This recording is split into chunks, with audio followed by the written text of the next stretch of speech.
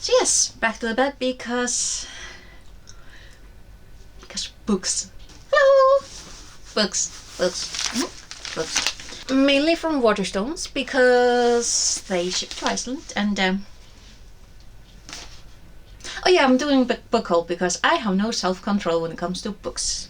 Like, I literally have a stack leaning on me. I only got one in like white package, so I'm starting with that one. The tower fell! Yes! Alright, been waiting for this one since last year, I believe. Neil McKenna's Fanny and Stella, the young men who shocked Victorian England. I learned about these guys some years ago, and ever since then I have been fascinated by them.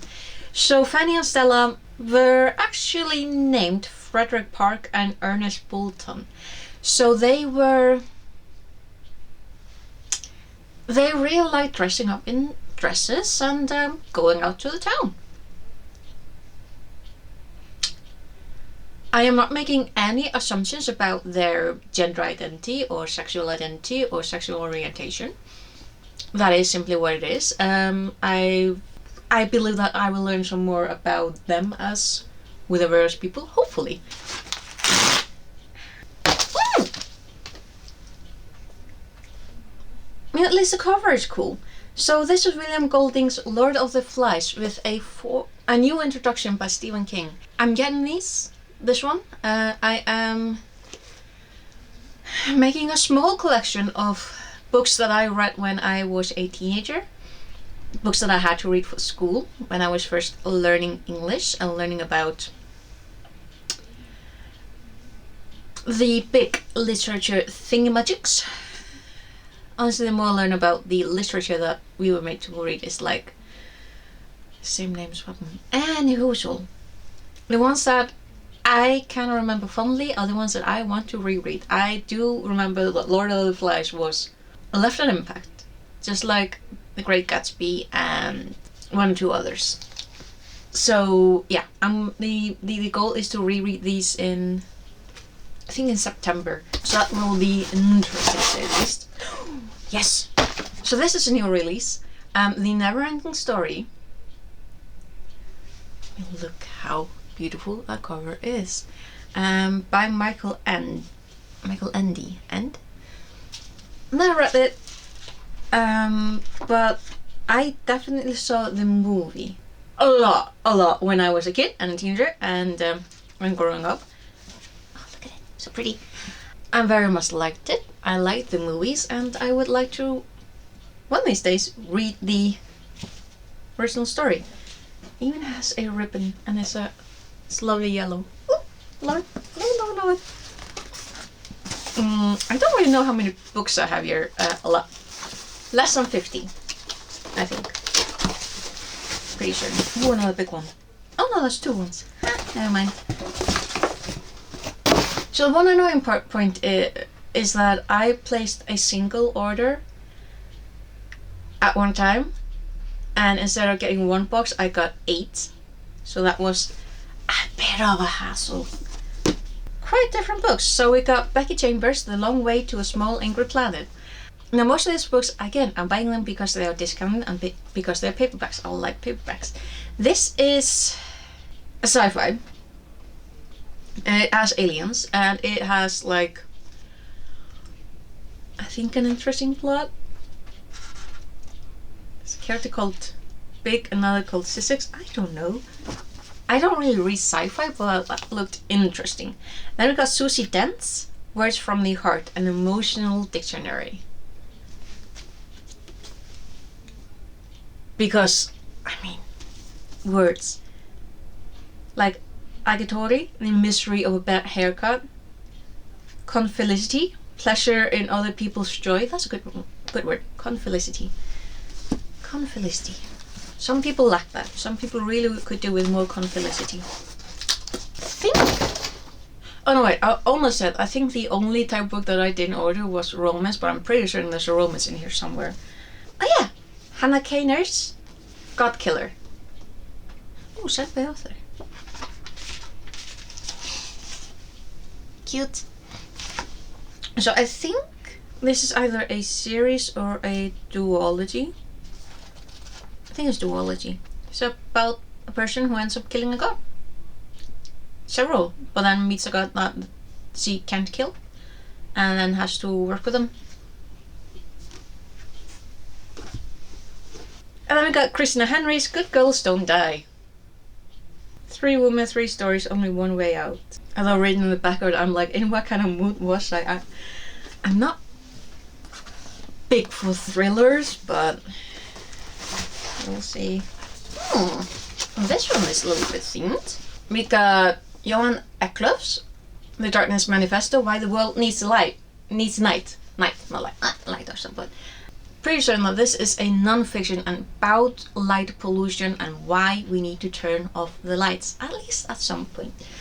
Because this eternal day that we have, a lot of, maybe not so much here in Iceland, there's not a lot. Anyway, but a lot of countries are dealing with intense amount of light pollution. And the effect that it's having on local ecosystems, on the insects, birds, animals, on humans as well, is not good, to put it mildly. So I think this one will be right up my alley. Right up it. And then we got fiction by A.P. Poranek, Where the Dark Stands Still. Once upon a time in a forest of tangled secrets, a wild girl and a broken boy fell in love. Also really just like the color. Just this lovely turquoise. Oh, I wonder. Oh! Look! It's a skull! And a butterfly on the back. Oh, that is pretty. That's really pretty. So yeah, one of not that many hardcovers that I got. I am most definitely a paperback girly. Girly. I mean, side of this has been opened a little bit. So it's a good thing that the weather has been absolutely nice until now. Right now it's snowing as of filming this. Oh yeah. So admittedly most of these books I buy for myself. But there's one here that I'm interested in reading, mainly because there are 2 British people in my town who I think might actually be interested in this. So this is Sunday Times bestseller Marina Heights, What Just Happened. Basically, well, David Cameron, Theresa May, Boris Johnson, Rishi Sunak, Hollywood sex offenders, populist sporting heroes and villains, media barons, reality TV monsters, police officers, wicked advisors, philanthropists, faux philanthropists, frostbitten princess, and naturally Gwyneth Paltrow. Hopefully this is going to be an interesting one. Hopefully I'm going to laugh, and hopefully it's going to be a book that I can actually share with people whose native language is English. Another nonfiction by Tim Spector. Food for Life, Your Guide to a New Science of Eating Well. Oh, I have spoon-fed, but I haven't read it yet. It's somewhere in my nonfiction collection. I'm pretty certain that I have spoon-fed somewhere. Anyway, so yeah, this is about food. That's about all I have right now because I haven't read it yet. And then I have another thriller, The Hike by Lucy Clark. The perfect day for a hike, the perfect place to disappear. So, 4 friends in the beautiful Norwegian wild. Nothing between them and the mountain peak, but forest, sea and sharp blue sky. But there's a darker side to the wilderness. A woman went missing here 1 year ago. Now the friends are hiking into the heart of the mystery. And waiting on the trail is someone who'd do anything to keep their secrets buried. Huh? Laura Dodsworth and Patrick Fagan, Free Your Mind, the new world of manipulation and how to resist it. And of course, you have the goldfish and one who's swimming in the other direction. I know, sounds interesting. Hopefully it is. My to-go technique when I feel that someone is trying to manipulate me is walk away. Just walk away. So I'm trying to make this easy because I just want to look at the books and then chat about them later. And also there's the class. Anyway, 52 Ways to Walk, The Surprising Science of Walking for Wellness and Joy 1 Week at a Time by Annabelle Streets. Because I like walking, but I don't like walking when it's snowing. Like, you got this much snow on the ground, it's just, anywho, like snow, but not up my pant legs. Walking. I think this was one of, I mean, I bought the Neverending Story on full price and maybe one other. But Mariana Enriquez, Things We Lost in the Fire, I bought this one full price, and I mean, considering the other one, the Dangerous Smoking Bed, her short story collection, I like that one, so I picked this one up. So hopefully I like this one as well. Oh, my first Murakami book, and it's not a novel by him. It's his Novelist as a Vocation, because I really I love collecting books by authors about writing. So obviously I picked that one up. Another non-fiction, Victoria Smith, Hacks. The demonization of middle-aged women, because let's face it, I am turning 40 later this year. I am the middle-aged demographic of women, and that means someone is bound to look at me and go, hack. And I mean, if I need to purchase a broomstick and play the part, then I will. Yes! Sihan Karunatilaka, I'm sorry. The Seven Moons of Malia Almeida. I've seen so many people for the past year or so, or 2 years, I cannot remember, talk about this book. So this is going into my FOMO. That is another idea to get myself to read something, because I'm finding that works. Another FOMO book that I would like to read and see what all the fuss is about. I paid full price for this one. Where is the other one? No, it's not here. Oh, but there's another FOMO book. Anyway, Judy I. Lynn's A Venom Dark and Sweet. First book of a duology, and I know I have the other one in one of these boxes. One of the duologies that I would very much like to read. I don't know, maybe this spring. That would be nice. Anya Bergman's The Witches of Wardo. It had witches in the title. I'm like, there's no way. Goodness, are you, nah?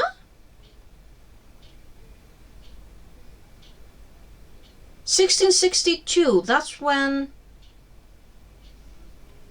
So this Nordic history, I just found myself extremely interested again. Because it's Norway, it's Denmark, and that means pretty much Nordic history. Like, I'll tell you later. Shannon Chakraborty's The Adventures of Amin al-Shirafi. Oh wait, is this? This is the epic story of one of the Indian Ocean's most notorious female pirates. Cool. Anyway, pirates and FOMO. It's a good combination. Heh. Oh. Another thriller on discount. Stuart McBride's The Dead of Winter. Who do you trust when everyone's guilty? Ew. I didn't know about that. Anyway. Tracy Borman's Anne Boleyn and Elizabeth I, the mother and daughter who changed history. And this half-price sticker that I'm not too big a fan of. Oh wait, does that mean I got these all? Does that mean I got half price off? Anyway, we got McClothier's The Book of Eve. An ancient power calls, will she dare to listen? Looks really pretty. Do you remember what it's about? No. It's about nuns. Okay. Ah yes, the romance. Jenna Levine's My Roommate is a Vampire. I mean, it looks light enough. It looks like, I know, interesting. It's not quite FOMO, but kinda in that category as well. Ah, here it is. The second duology. A Magic Steeped in Poison. just looking at them. They are such beautiful books.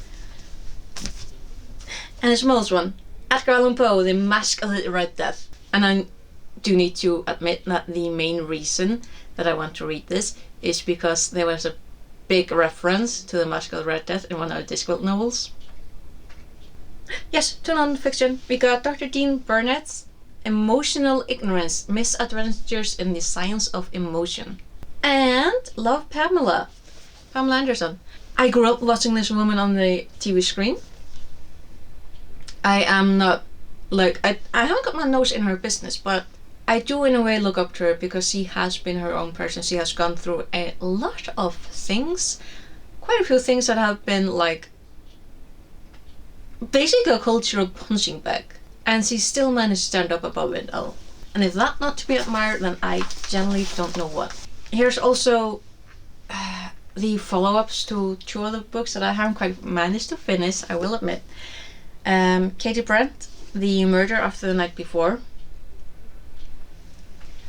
So I really need to finish How to Kill Men and Get Away With It, because I did start it, but then wasn't in the mood for it. I'm too much of a mood reader. And Katie Watson's A Very Lively Murder, 3 Dahlia Mystery, that I didn't even start. And I didn't want to finish it because it looked really, really fun. Then we got Manson Bounce, The Ship Beneath the Ice, The Discovery of Shackleton's Endurance. Not quite sure if it's... No, it's non-fiction. Okay. It's got photos. And another non-fiction, which is Haley Morris's Me vs. Brain, An Overthinker's Guide to Life. See, and then we only got the box left. Alright. Yes, Lucy Worsley, Jane Austen at Home. Because I, like a lot of other people, like Jane Austen. I am very interested in who she was as a human being. I've watched the Lucy Worsley documentary quite a few times. Might actually watch it again a little bit later. Bram Stoker's Dracula. Because of course I have to get another classic. I got Steve Brusat's The Rise and Fall of the Dinosaurs. Because dinosaurs. Hello. I got Dan Jones, The Tale of the Tailor and the Three Dead Kings, which I'm very interested in because it's a medieval like ghost tale. But I recently saw, I think, Kayla of Books and Lala. I think she read it in a fairly recent video, and she wasn't too impressed, so we'll see. I don't know if our reading taste actually align, so maybe I like it. Maybe I will. Oh, William Goldman, The Princess Bride. Another book that inspired a movie that I watched quite a few times when I was a child and really liked. Really liked it. So that's another one. And I got Su Lin Tan's Tales of the Celestial Kingdom, in the same world as The Daughter of the Moon Goddess and The Heart of the Sun Warrior, I believe it is. Michael Crichton's Jurassic Park. Honestly, I think that's the prettiest cover I've seen so far. Again, same with the Neverending Story and The Princess Bride. That movie, I managed to be terrified, and I'm not kidding. I was terrified of dinosaurs in real life for an entire week until I forgot that I was scared. Because that's how my brain has worked throughout the time. Yes! Okay, so we got Agatha Christie, While the Light Lasts. Because, you know, Agatha Christie. Okay, so some books are in pre-order right now. Haven't been out yet, so I am expecting them in the coming days, weeks, months. Another formal book, honestly. Kazuo Ishiguro, Kiara and the Sun. It's been in my shopping basket for like a long while, and I finally decided to buy it. We'll see when I'll read it. I got Robert Louis Stevenson's Dr. Jekyll, Mr. Hyde. It's one of those classics that you know, even though you haven't read it, so I want to read it. Hiron Ann's Leech. Again, I saw Kayla of Books and Lala read it, recommended. I feel like I've seen some other booktubers read it. I'm intrigued. It's like, but I do need to be in the right frame of mind to read, because apparently it has some gore and descriptions. Got Jujutsu Kaisen, Summer of Ashes, Autumn of Dust. This is a novel version, not a manga. And then I got Travis Elborough, 3 of the atlases. I got the Atlas of Vanishing Places, the Atlas of Unexpected Places, and the Atlas of Improbable Places. There are 2 that I've still yet to come out, I believe, in paperback. So they will be in my hands. I think the last one is in July, I think. But yeah, that's all the books that I got this time. I did manage to, get quite a few. How many are there? 2, 3.